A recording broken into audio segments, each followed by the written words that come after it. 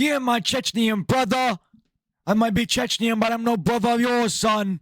I'm going to be breaking down the entirety of the UFC 319 card from the first fight of the night all the way to the main event of the evening of Dricus du Plessis versus Khamzat Chimaev. We're going to start with the first fight and build our way there. It should be a banger. I got lots to say about FRAUDZAT Chimaev. I love this screen. I'm a big fan of this screen. I'm going to continue using this screen. I feel like I'm big enough that it makes sense. Albi Idris has fucking gigantic feet. All right, that was one of the first things I noticed. First fight of the night, Albi Idris is taking on Joseph Morales. I actually started talking about it already. This is the finale of The Ultimate Fighter, Season 33. It's the flyweights finale. Didn't watch the fucking season. Don't know who these guys are at all. I was more excited for the other one. I actually watched the last episode while it aired live after Contender Series. And Neal looked sharp, man. Neal looked really good. I loved his entries with the elbows. Cut his opponent up really nicely in that fight. I feel like that would have been a banger. He actually looks like a very decent fighter. Usually I feel that these tough guys... Tough guy. No, these guys that are coming off tough are often not that good. You look at the last... Was it the last season? I don't even know if it was last season. Whichever season was Amanda Nunes. I think that was 2 seasons ago.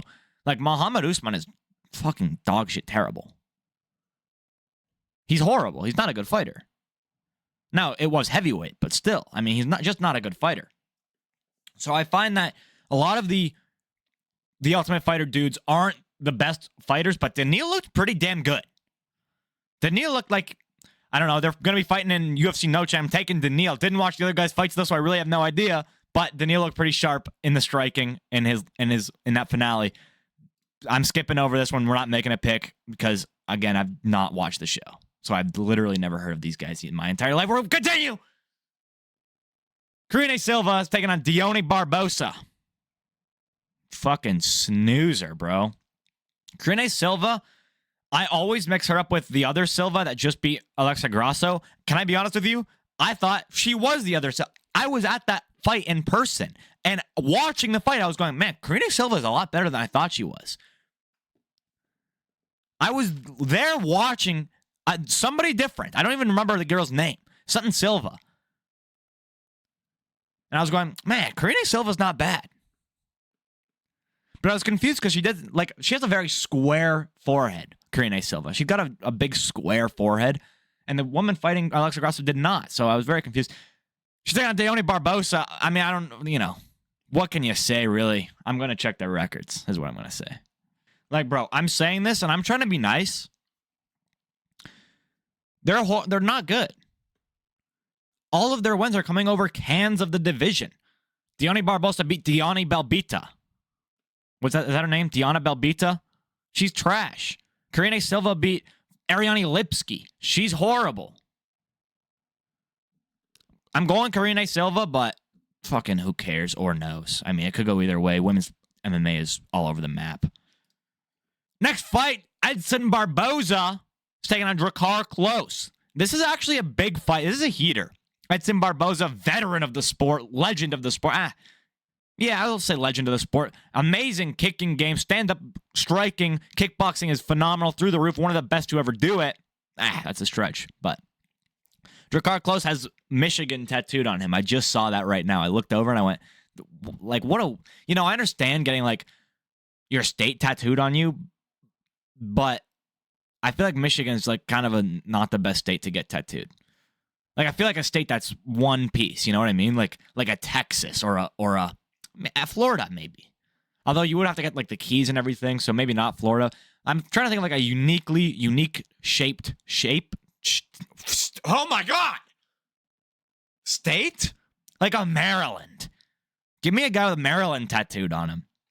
Michigan is just a weird, I feel like my brain just shut off there for a second. I forgot what I was going to say completely. I'm going, I don't know. Like, Edson Barbosa, he puts on dog fights every time, but he's also old as fuck. He's like 43. How old is he? I don't know why it's stopped auto-centering on my screen, but he's not as old as I thought he was. That said, he is still old. He's 39 years old, taking on Dricus Klose. I think Dricus Klose is not that bad. I mean, I don't know if he's even rankings worthy. He's kind of a journeyman. He's coming off of a loss, knockout. I think it was like a flying knee knockout. I don't know why I think that. It might not have been. He got knocked out by Joel Alvarez. Didn't watch that card. So even though I'm so sad I didn't watch that live, because I'm pretty sure that was like one of the best cards of the entirety of 2024. It was just some random. I think it might have been maybe the last card of the year. I don't think so. I think it was the second last card of the year. But I remember that he got knocked out brutally by Joel Alvarez. But to be fair, Joel Alvarez has finished every single one of his wins, so as not, you got to take that with a grain of salt a little bit. Edson definitely has it in him to still do good. But I think Dricus Klose, he's just younger. He does have a significant disadvantage in reach, though. 5 inches. I don't know. I feel like the type of fighter that Dricus is, he's very pressure boxing, like bring you to the cage and start teeing off. Not dissimilar from Elliott Topuria, but obviously he's not nearly as good as Ilya. I'm going to go with Dricus Klose. I feel like he can close, but can he close the distance, dude? Because Edson, I hate to go into my Joe Rogan mode here, but the calf kicks are insane. Very good leg kicks and calf kicks. Oh my God, he hurt him bad with the calf. It sounds like a metal bat in there. Look at his leg. He's already limping. I feel like we're going to hear that, actually, on the broadcast, so I don't, bedtime should have put that on the bingo card. I watched that video the other day. Oh my God, Dricus Klose is already limping. Do you hear the sound of those kicks? I'm going to go with Dricus Klose to win this fight. Could go either way, though. I'm going to say Dricus Klose by like a late finish or a decision. Just like gassing Edson out with the pressure.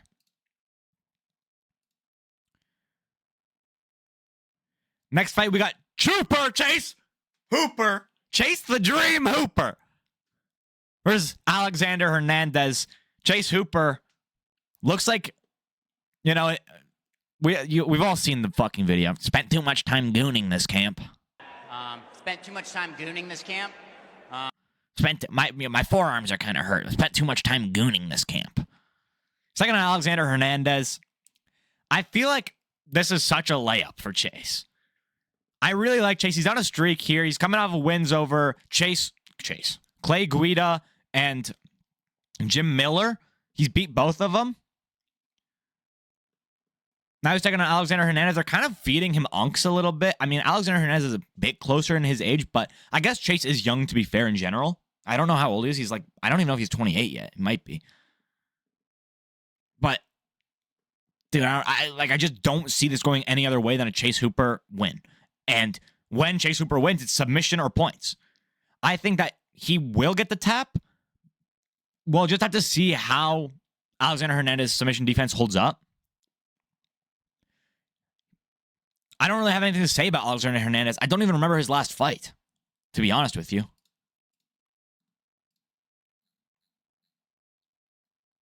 Beat Kurt Hollaba, Austin Hubbard, fucking lost to Damon Jackson. Like, the dude is trash. He's trash. He's not good.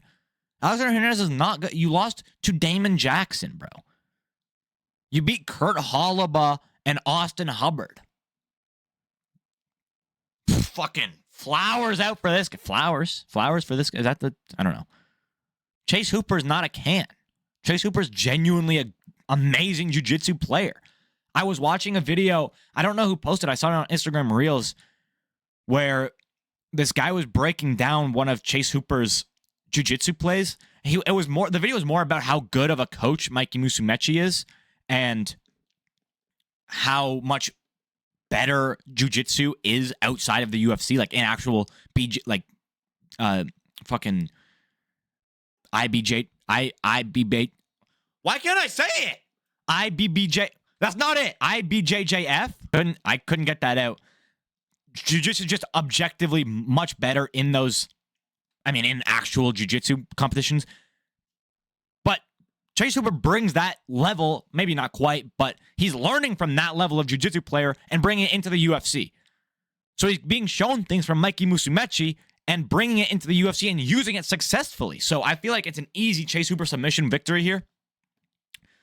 His little weird butt touch thing with Jim Miller in their fight was, I don't know, weird, but it's okay. I'm going Chase Hooper to win this fight. I hope he didn't goon too hard. Next fight, Jessica Andrade is taking on Loopy Godinez.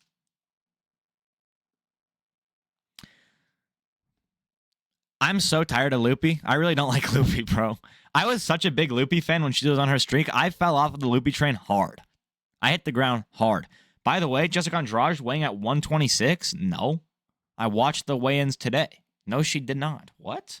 I don't know why it says on the UFC website. You can't even see it, so I don't know why I had to go and look that up.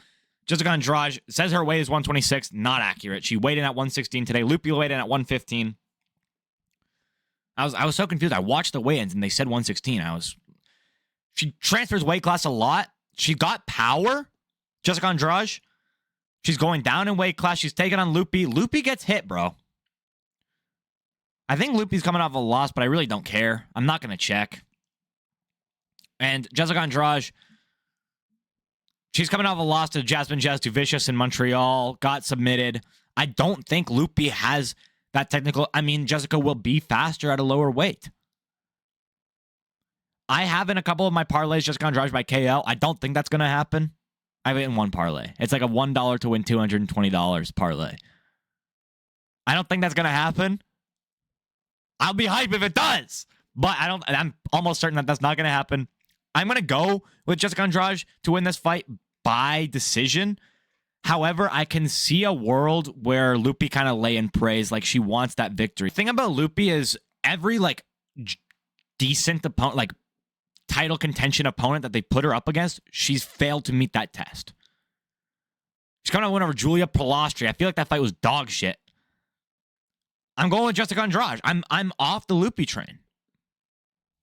So sorry. I liked Loopy a lot. I thought she was very fun, but Jessica Andrade, I saw her OnlyFans. Fuck. Do not find her OnlyFans. Do not look at Jessica Andrade OnlyFans. All right, we're going to the next fight. Gerald Meerschaert versus Mikhail Oleksiejczuk. What a banger! This fight is not reminiscent of, but it's kind of like the can version of the main event. It's Gerald Meerschaert versus Mikhail Oleksiejczuk. Gerald Meerschaert, most finishes in middleweight history. His last knockout was in 2017. Now, his entire game style is, I'm winning by submitting you, or you're knocking me out. That's all that works with Gerald Meerschaert. That's the only two options. Mikhail Oleksiejczuk knocked out a lot of his wins. He has big power, lots of knockouts. Coming off of, I think, like 1 minute, 1.5 minute knockout. I don't remember over who, but he knocked his last opponent out flat on their ass, like colded them, bro. So this is truly, will it be a Gerald Meerschaert decision or a Mikhail Oleksiejczuk knockout? I think I'm going to go with Mikhail Oleksiejczuk by knockout because every fight starts on the feet, and Gerald has been like a little bit chinny. You know what I mean? You look back to the Khamzat fight, it was one punch. I really like Gerald Meerschaert. Mikhail Oleksiejczuk is coming out with the Dricus Dumas victory. Now, Dricus maybe is not the best measure, I guess, of your power because Dricus, he's just horrible. He's such a bad fighter, bro. So he's a Dumas, all right? I'll make that joke every time he comes up. GM3, I just checked. Every single victory he's had since 2000. I thought it was just every single. He hasn't won by knockout. Every victory he's had since 2017 has come by way of submission. If this goes to the ground, it will be a Gerald Meerschaert victory. He will submit Mikhail Oleksiejczuk, who has very, very bad submission defense. Out of his 9 losses, 6 of them have come by submission. So he has bad submission defense. So if this fight goes to the ground, he's getting subbed. If it stays on the feet, Gerald's getting knocked out. That's the only 2 things that are happening in this fight. It's such a banger. Fuck, maybe I'm second guessing now, but Gerald isn't like He's not like a Gunnar Nelson. You know, he's not very slow, and he's just going to walk you down and then shoot the takedown fast. And then he slowly advances his hands, grabs him. Okay, now you're on the ground. And then slowly goes to the submission. Oh, I got the submission, and now it's fast. He's technical as fuck, and he pulls off his game plan to a T every single time. Well, when he wins. He has to get to the ground with... He does have a bit of a reach advantage, 3.5 inches. But Mikhail is a power puncher. He's very powerful. He has a lot, knockout. He has knockouts. He's a knockout artist. It's a beautiful matchup. I love this fight. I'm going to go with Mikhail Oleksiejczuk purely because every fight starts on the feet, and I feel like Gerald's going to get chinned early. But the thing is, if he gets chinned early, is he out cold? I think he's got a better chin than Dricus, and Dricus wasn't out cold. Dricus complained after that. It was a great stoppage because what were you possibly trying to defend? Like, he was not defending strikes at all, but I think GM3's got a better chin than Dricus Dumas. And Mikhail did not flatline Dricus Dumas. I don't think he's going to flatline GM3, so that means he's going to get the knockdown, probably jump on for some ground and pound finish, just like he did against Dricus. And then GM3's going to throw up a fucking armbar out of nowhere and get the tap. I'm still going to Mikhail Oleksiejczuk. I'm not changing my answer. I don't want to be a fence rider, all right? I don't want to ride that fence. But this should be a banger. Next fight. The story of this fight, and this, I have a few stories to tell after this fight as well, but the story of this fight is very good. So I'm just centering it on my screen again. Baysanger Sukurkaev. When he becomes famous, I'll actually learn how to say his name. Don't worry. He's making his debut. It says he has a 1-0 record. That is a 1-0 record in the UFC, technically, but he didn't fight in the UFC. He fought on Tuesday. Today is Friday as of recording this video. It's probably going to go out tomorrow. Today is Friday. He fought on Tuesday. They had done the math on the Ariel Helwani show.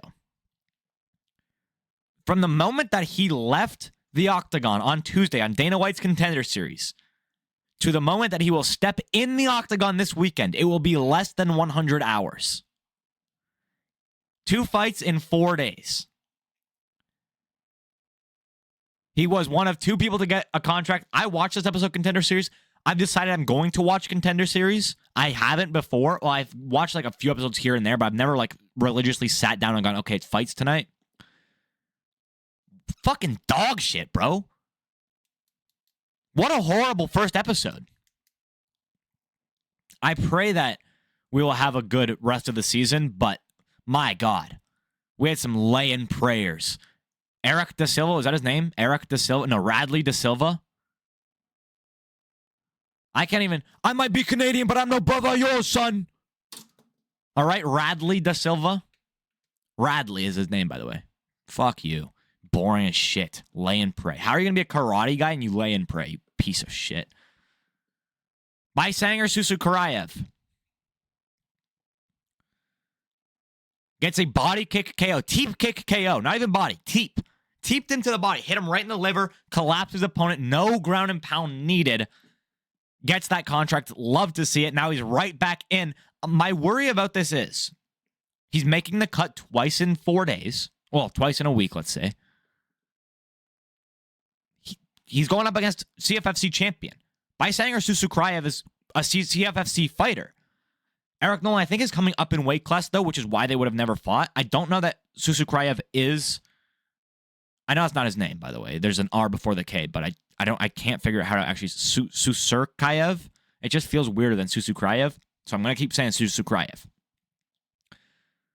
By the way, Sukurkaev, there's a spot open, all right, on the interviews here. If you want to get on the pod, I know you're watching this. I don't know that he was Cage Warriors champion. Not Cage Warriors. CFFC. Did I say Cage Warriors? I meant CFFC. I don't know that he was CFFC champ. I think I might have said Cage Warriors earlier by accident. I meant CFFC. Eric Nolan is champion, but he's champion at 170. He's coming up to 185 for this fight. 4 days notice. Making his octagon debut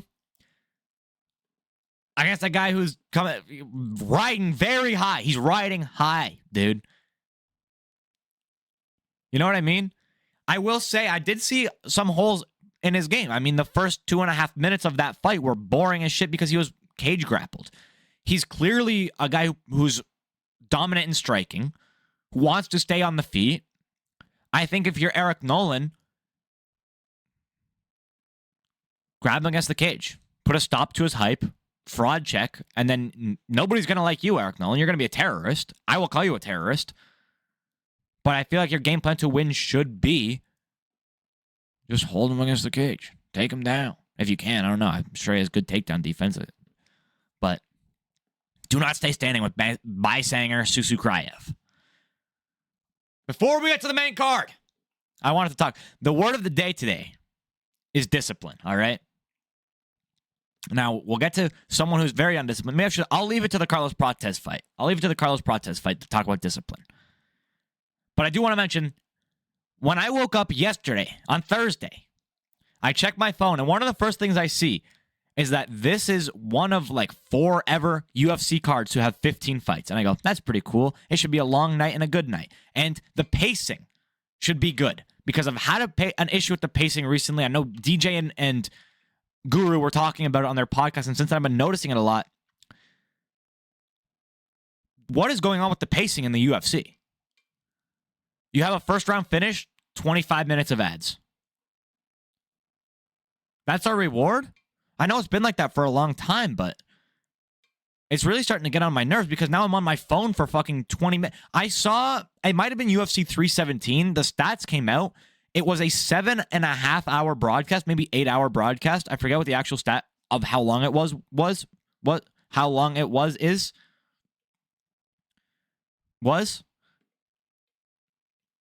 There was like 2 hours and 20 minutes of fighting in the 7.5, 8 hour broadcast. That is way insane.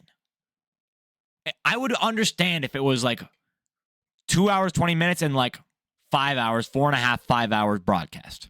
Maybe even 6. But like, bro, we're having 6.5. We're having 5.5, 6 hours of ads every single fight night. It's insane. It's really getting on my nerves. Because now I'm on my phone until the fucking fight starts. And then I go, oh, fight's on. Like, I have no excitement, no hype or anything. Keep the fights flowing. So when I seen that this was a 15-fight card, I was very excited. That was yesterday. As of recording this video, it is 12 fights.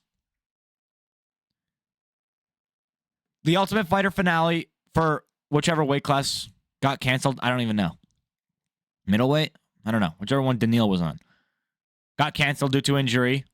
Brazilian guy hurt his foot. Bobby Green got injured. So Bobby Green versus Diego Ferreira is off. And then I'll get to it. I want to talk about when I talk about Carlos Prates. Brian Battle misses weight by 4 pounds. 5 pounds if we're honest. I do championship weight. If you can't make championship weight in the top 10 of your division, you do not deserve to be ranked. We should be making championship weight. I know that he wasn't in the top 10, but still, we should be making championship weight. I'm judging you based off championship weight. If you, Fluffy Hernandez, missing weight by, he missed weight by 1.5 pounds. Well, did he? He weighed 187.5, didn't he? Unless he missed weight by 0.5 pound, it was 186.5, and now I'm saying it was 1.5 pounds because it's supposed to be 185. I think it was 187.5. You're missing weight by 1.5 pounds with a pound allowance. We need to be making 185. And I understand you want the advantage. You want to weigh 186. That's fine. If you're weighing 186 and you're in the top 10, that's cool. I'm cool with you. But we cannot be missing weight.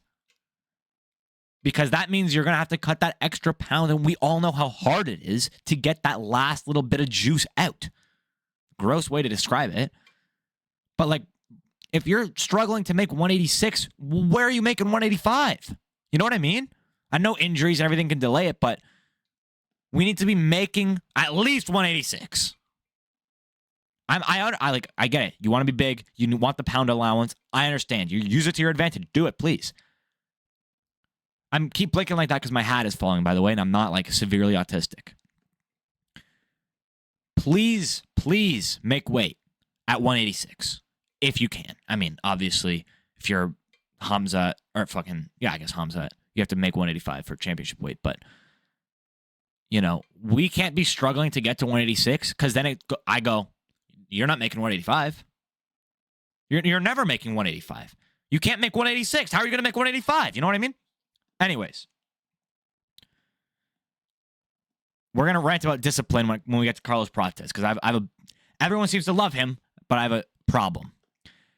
Tim Elliott is taking on Kai Asakura, starting off the main card. Fucking dog shit, bro. This is a horrible fight to start off the main card. I know it's flyweight, and flyweight's always fun, and Kai Asakura is pretty fun as well. He's very fast, I guess. I don't know. We didn't get to see that much of him. He got tapped out in 3 minutes. By the way, my stream lagged when he got tapped out, so we came back and the fight was over. They were interviewing him. We saw the takedown, or whatever it was, a reversal or something, and then the stream lagged, and it came back and they were interviewing fucking Pantoja, bro. It was horrible. Tim Elliott, what can you say? He's old as shit, hasn't fought in a long time. I think he's getting chinned. Decent wrestler. I feel that he may pull off a lay-in prey victory, but he would have to take him down, and Kai loves to shoot that flying knee on the takedown. He did it against Pantoja. I think he almost landed. I think the thigh landed on the chin of Pantoja rather than the knee, though, so it did less damage. But he has knockouts like that from Ryzen.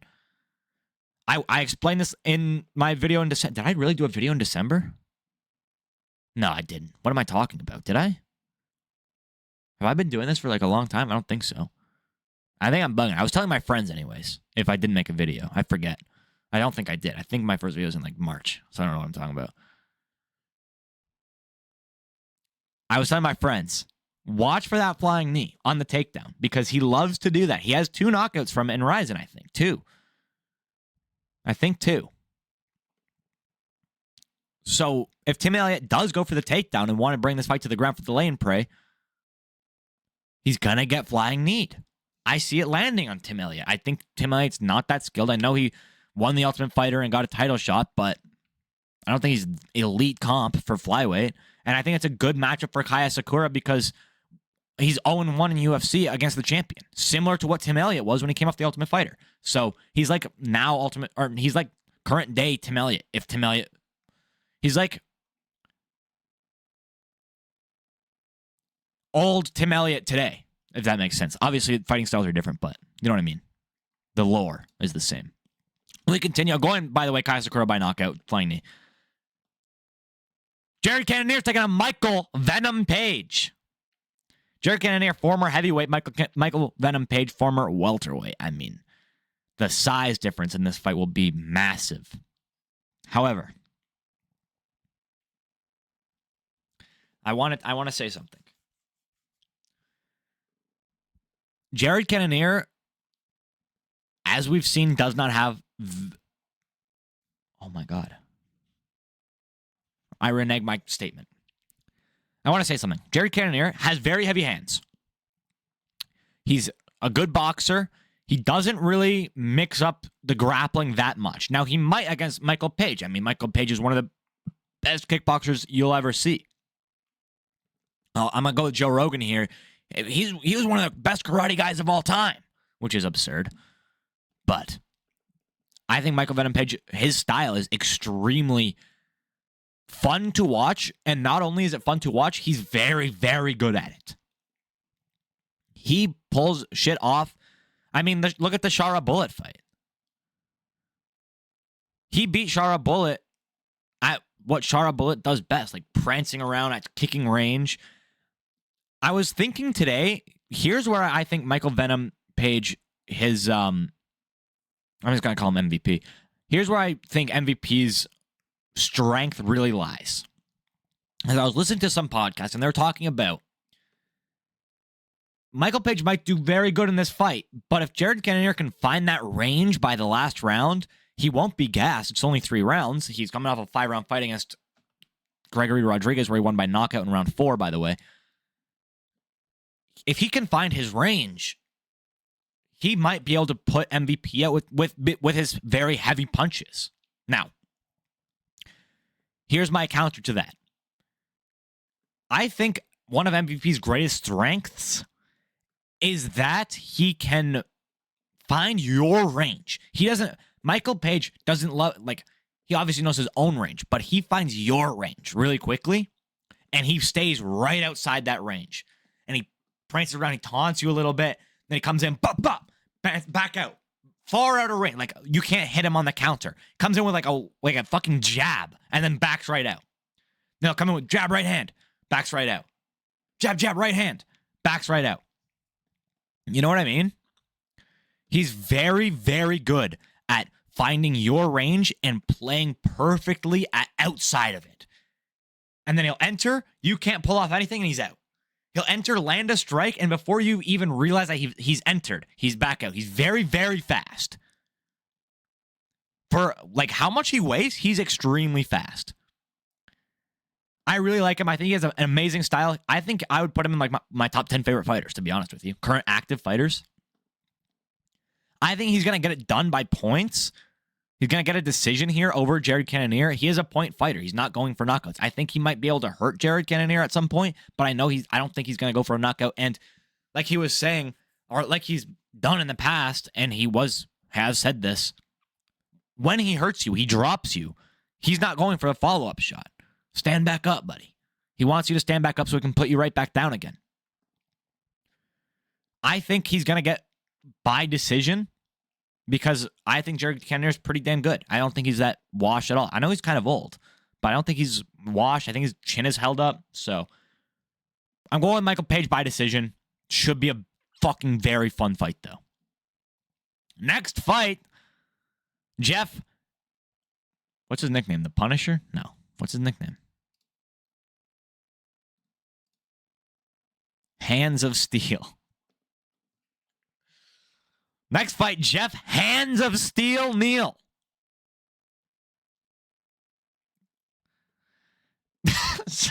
so bad. It's such a horrible nickname. Second out, Carlos Prates. Now, here's where the discipline comes in. Keyword today, discipline. Carlos Prates, as we all know, is a chain smoker. Smokes a lot. And I think his gas tank has kind of suffered from it. You look at the Ian Gary fight, he looked gassed in round 3. Now, I know he came back and had a very big round 5, could have won the fight. He was maybe 2 or 3 strikes off, but again, he was too gassed to throw those 2 or 3 strikes. I think the smoking has had an effect on his grappling, but that is not what I'm here to talk about. My issue with this is he spoke this week. He said, listen, I smoke not because I love smoking. He said, I enjoy it and it's fun. I like doing it. But he said when he has a fight, he gets excited and he wants to eat. So instead of eating, he smokes. This is an issue with discipline. And it's the same issue that Brian Battle has. I think Brian Battle should start smoking. This is a big issue with discipline. If you're not disciplined enough to not eat hella food that you need to smoke and ruin your cardio, what are we doing?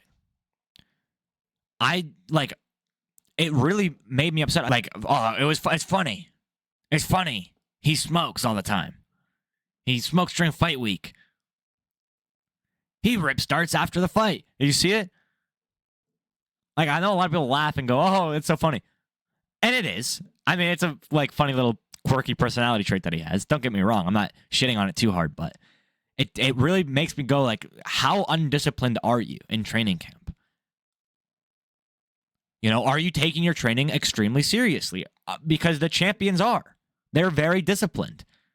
If you expect to be a champion and you're so undisciplined that you are worried that you'll fucking not make weight because you're eating too much because you're so excited, you're not becoming a champ, bro. You know what I mean? I don't know. Maybe I'm freaking out about this over nothing, but it really got on my nerves a little bit because I went, you can't be taking your career that seriously then? If you're so undisciplined that you're going, oh, I have to smoke or else I'll eat. I don't know. And it brings me into the Bryan Battle situation. So today was the weigh-ins. Bryan Battle was the final fighter to weigh in. He weighed in with 12 minutes left. He missed weight. He weighed in at 190 pounds. Now, as I was ranting about before, we have to be making 185. I understand why you want to make 186, but bro. Now, obviously weight misses happen. Shit happens, right? But Bryan Battle's last fight was at 170 pounds, and he missed weight for that as well. And they said, hey, Bryan, you can't fight at 170 anymore. You keep missing weight. Go up to 185. He said, okay. Missed weight at 185.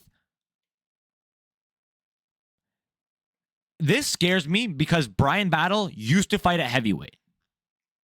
Then he moved down all the way to welterweight. But now he's struggling to make weight at 85. So something tells me that he is severely undisciplined, similar to Carlos Prates. He does not have the discipline to not eat food or drink water when you're cutting weight. There's no way that you can. How are you 4 pounds over? I'm even going with the 1 pound allowance. You're still 4 pounds overweight. And they said on the weigh-in show, Dan Hellie said on the weigh-in show that he spoke before the weigh-ins even started to Bryan Battle. And Bryan said, oh, I'm like 3 pounds over. How did you gain a pound? And even if you were hyperbolic and that's it, maybe you were 5.5 pounds over, you said, oh, I'm 3 pounds over, not to worry anybody. We still didn't cut much. We didn't lose that much weight in 5 hours. So it tells me that either you are extremely undisciplined or something has gone terribly wrong in your weight cut, in your training camp, and you're severely injured to the point that you can't sit in the sauna. To the point that you can't not eat food. And if that is not the case, then what are you doing in the UFC? Why are you, like, how undisciplined can you be? You're not going to be champion. I think he might get cut after this. I'm going to be honest with you. How are you not making 170? You move up 15 pounds and then you still make weight. Shit is crazy to me. It's crazy to me. Anyways, Carlos Prates is going to win this fight by knockout.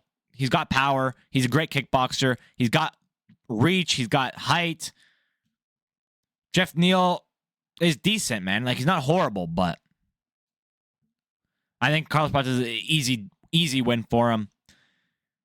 I think this will get him back into, like, he'll probably fight one of the dudes that are in the logjam right now at the top of welterweight. And I do want to make a video in the next few weeks of matchmaking welterweight because I feel like there's so many fights to happen. Like, everybody, there's like 7 or 8 guys just waiting for a title shot.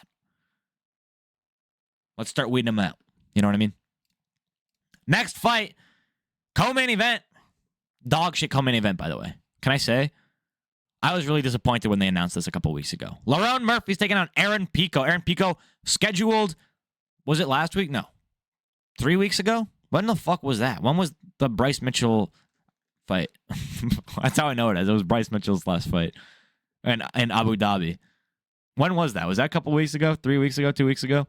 Aaron Pico was originally scheduled to be on that card and fight Movsar Evloev. Movsar got a terrible injury. They moved it to this card, and then Movsar said, I'm not going to be able to be fine by that card. So they canceled that fight. They have Lerone Murphy take on Aaron Pico and Aaron Pico's debut in the UFC. I don't know Pico. If you want a very detailed and funny explanation on it, watch the Lucas Tracy video. I was cracking up at work watching him rant about how bad Aaron Pico is. And I believe him, bro. Bellator guys are not good. Now, I know Michael, I'm just talking about how good Michael Venom Page is. And he's a Bellator guy. He's an outlier. The most recent Bellator guy to come over is Patchy Mix. Holy shit, did he look bad. He looked awful. He looked like he shouldn't even be in the UFC, let alone, like he looked like he would get knocked out, not knocked out, but he would get beat on regional scene, bro. And he's in the UFC fighting a top 10 opponent in Mario Bautista. He looked terrible. And I think the skill level between the two companies is never been more clear. And it's Aaron Pico, I think, is just going to get mauled. Lerone Murphy's a good point fighting kickboxer. He's boring as shit. I can't stand him. He's like 34 years old and he's a prospect, undefeated. I don't see his O going away this weekend. It should be pretty boring, and I think that they're going to make a title fight next because they hate Movzar. I think it's going to be Volkanovski versus Lerone Murphy because Volk's obviously going to beat Yair again. I mean, who's debating that? So it's going to be Volkanovski versus Lerone Murphy for the title, bro. It'll be so... And you know what? Lerone Murphy's going to win. I bet you... Dude, we're going to repeat history. Lerone Murphy will beat Aaron Pico tonight. His next fight will be a championship fight against Alexander Volkanovski. Volkanovski will school Lerone Murphy for 4 rounds and 4 minutes. Last minute of the fight, Lerone Murphy's coach is randomly going to go, what did he say? Put his shit out the fire! Stop feeling sorry for yourself! And Lerone Murphy's going to hit a jab. Was it jab straight or was it straight? I think it was jab, straight, head kick. And he's going to flatline Volkanovski. Volkanovski's going to retire because he's old and he just got flatlined again. Lerone Murphy is going to hold the championship and some crazy, it might be Movzar at that point, and he's going to beat Movzar by wrestling with him. It's just going to be the Leon Edwards story again. Anyways. Fuck Lerone Murphy, but he's going to win. Easiest, like the fact that he's plus money, by the way, is insane. It doesn't show it on here, but he is plus money. I have so much money riding on Lerone Murphy, bro. It's so free. I don't know why he's plus money. Aaron Pico's dog shit. We continue to the main event of the evening. Khamzat Chimaev versus Dricus du Plessis. Dricus weighed in on championship weight. Khamzat is 2 pounds under. Kind of light there, Khamzat. Big Ham. Although, I mean, Elliott was, I think, 2 pounds under and knocked the fuck out of Charles, so I mean, it doesn't matter that much. Dricus? This fight has one story. Oh, sorry, I wanted to make this joke also.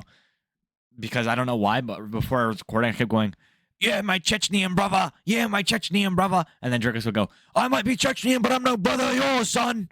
I don't know why I was thinking about that. It was just making me laugh before. Because, I don't know, Dricus is funny. He's a goofball, man. Dricus got on the pod. Dricus du Plessis. Why am I starting here again? Let me tell you the story about this fight. Khamzat Chimaev.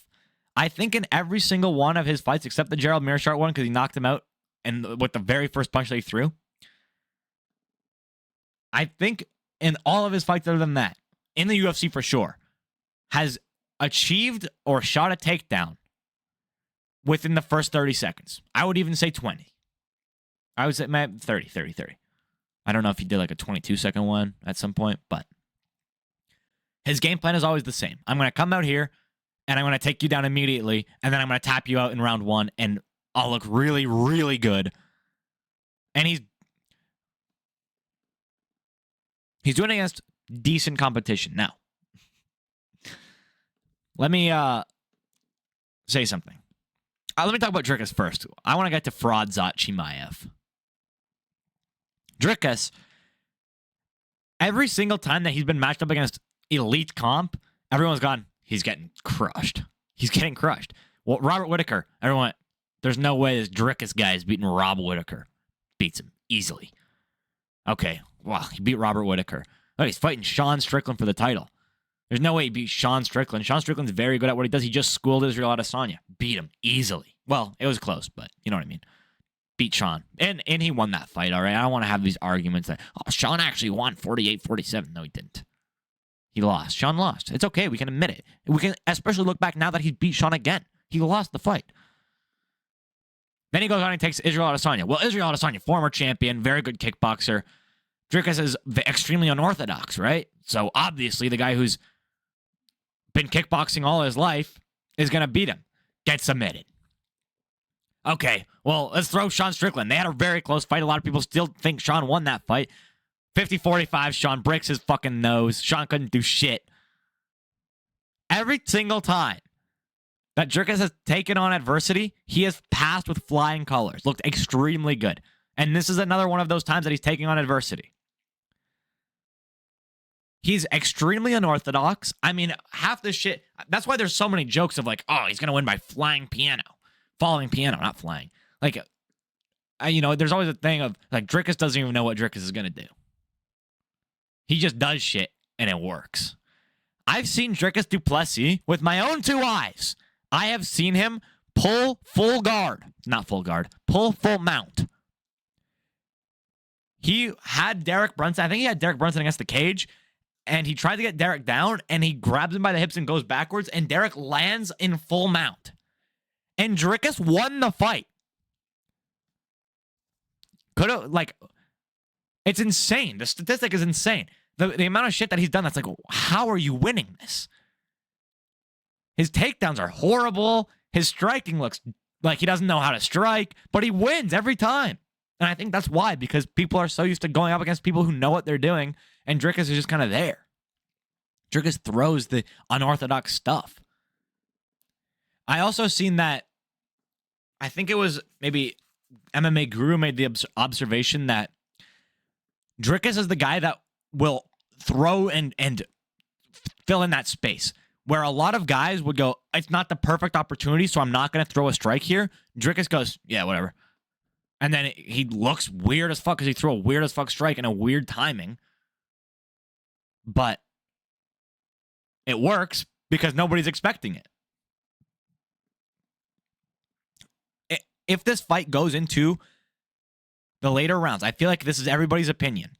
The longer this fight goes on, the higher Dricus' chance of winning becomes. The higher chance DDP has to win that fight every second that ticks by, to be honest. The scary thing is Khamzat's gas tank. We've seen Khamzat go to round 3 2 times, and both times he lost round 3. He lost round 2 against Kamaru Usman as well. I think it should have been a draw. We've argued with this. I've argued with comments. We've argued before about this. All right. I watched the fight back. It was a draw. It was a draw, though. Khamzat didn't win. First round was a 10-8, but it was a draw. There's no way Khamzat won that fight. Because he got gassed in round 1. And that seems to be Khamzat's entire thing. He gets gassed in round 1, and then he survives 2 and 3, maybe wins 2, and then loses 3 every time. Every time we've seen him in round 3, he's lost. Which is scary now that he's in a 5-round fight. If this fight goes to round 3, he loses round 3, loses round 4, loses round 5. Could get finished.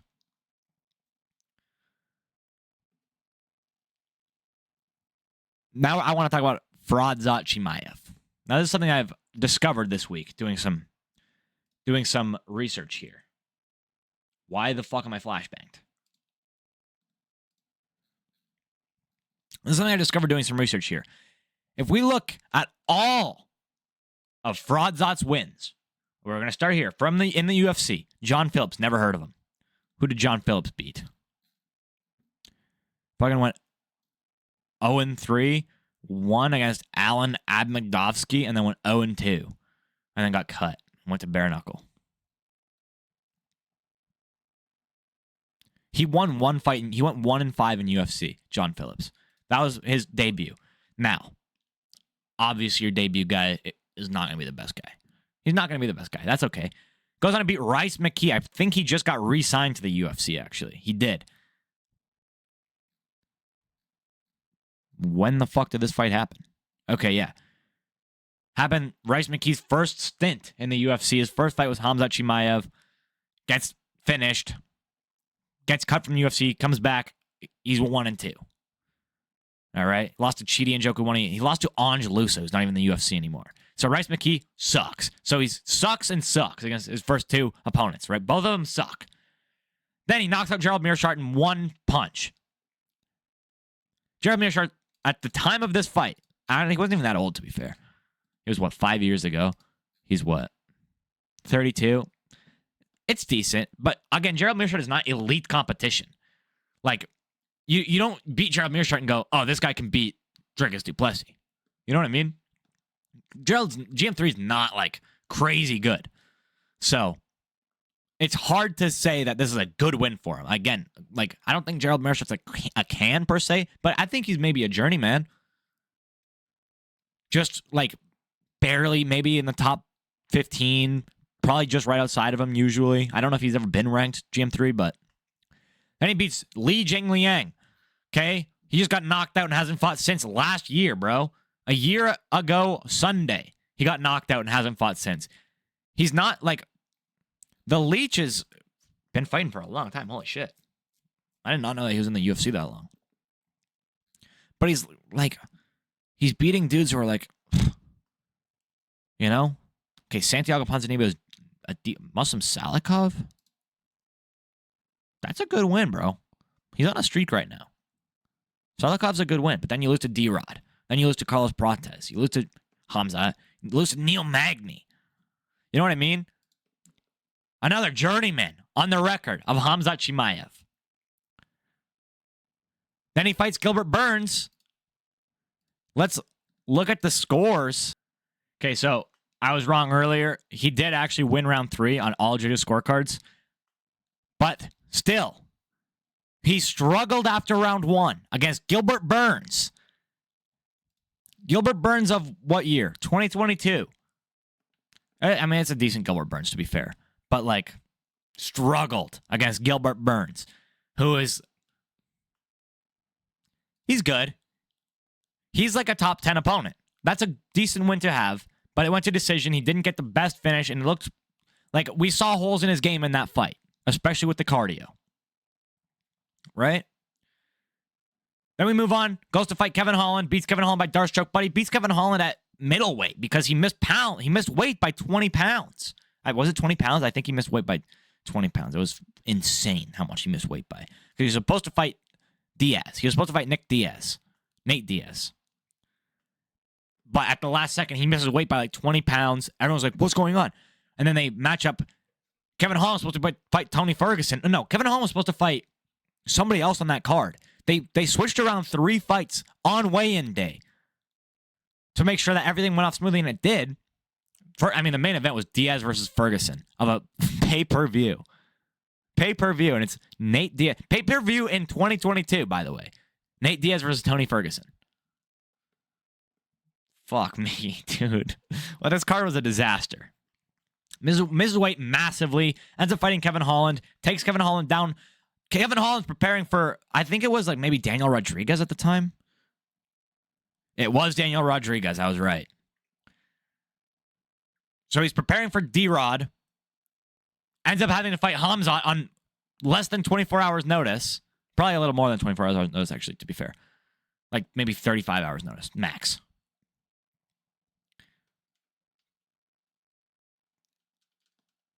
Obviously, Khamzat wins by Darce choke in round 1.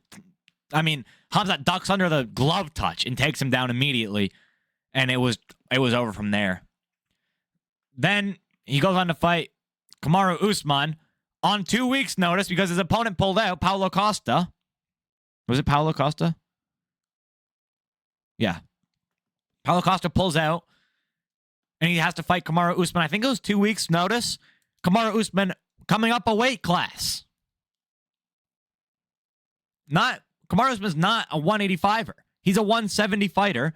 On 2 weeks' notice, comes up a weight class and fights Khamzat and almost wins. It was a majority decision. I think that fight was a draw. And if you watch the fight today, it was a draw.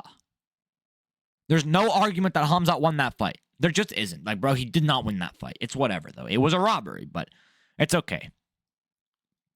He struggled massively, especially with his gas tank again, against Kamaru Usman, who was on 2 weeks' notice, coming up 15 pounds. Then he goes on to fight Robert Whittaker. Now, this fight, if you look at it and you go, oh, he beat Robert Whittaker by face crank in round 1? Wow, that's really impressive. Is it? Robert Whittaker had come out and he said that he had a long time been having issues with his teeth, his front teeth down here. And he, as soon as Khamzat got his arm, he went for a rear naked choke, but he didn't have his arm under. Now, I've discussed this ad nauseum with people, and he was going to get the fucking choke anyways. All right, he was going to get the choke anyways. It doesn't matter because the way that he did it was he gets his arm. He doesn't get under the I can't obviously do it myself, but he doesn't get it under the chin. He gets it on the jaw like this, and he squeezes, and Robert's teeth just go in. And then Robert taps immediately because his teeth are in and he's in severe pain, naturally. And he ends up getting a round 1 submission over Rob. But Rob was actually like defending somewhat decently before that happened. Every single UFC fight of Khamzat Chimaev has been a little bit sketchy, a little bit fraudulent, all right? That's all I'm saying. He's good. We know he's good. But is he that good? Now he's fighting his best opponent ever. I'm assuming Dricus is not going to have some sort of teeth malfunction. Right? Dricus isn't coming up on 2 weeks short notice. Dricus isn't fighting against a completely different stylistic person on 30 hours notice. Dricus has been training for Khamzat Chimaev.